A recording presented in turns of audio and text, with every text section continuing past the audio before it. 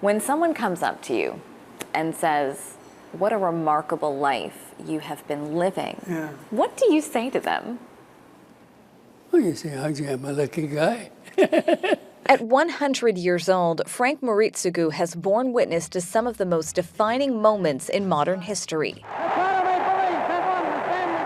His parents immigrated from Japan. The oldest of 8 children, he grew up in Vancouver's Kitsilano neighborhood. My father got into landscape gardening when he first got into Vancouver, Pulp Mill Island, where he was the Japanese boss. As a teen, Moritsugu was a keen academic with a particular passion for writing.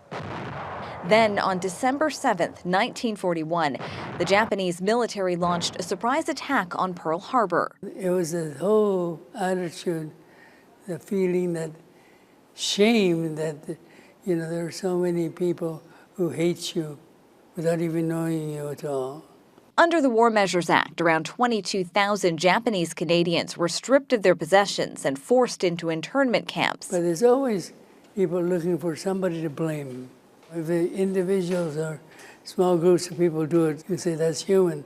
But when governments and businesses go out of their way to do it, well, then that's a whole different thing. From 1942 to 1945, Japanese Canadians were banned from joining the Canadian military. Once the ban was lifted, Frank Moritsugu enlisted. My dad said, "How can you go and fight for a country that treats us like this?" Well, that was pretty valid.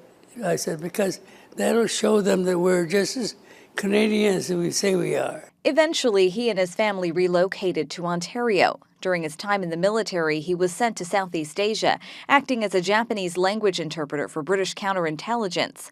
Though perhaps his most enduring relationship has been with journalism. For the past 80 years, he's been writing for several publications, including The New Canadian, Maclean's, and the Toronto Star. There are 2 little paragraphs in our textbook about something happening to us. There are certain happenings that should never happen again, was the whole thing. That's why I tell you about all of this. Shallima Maharaj, Global News.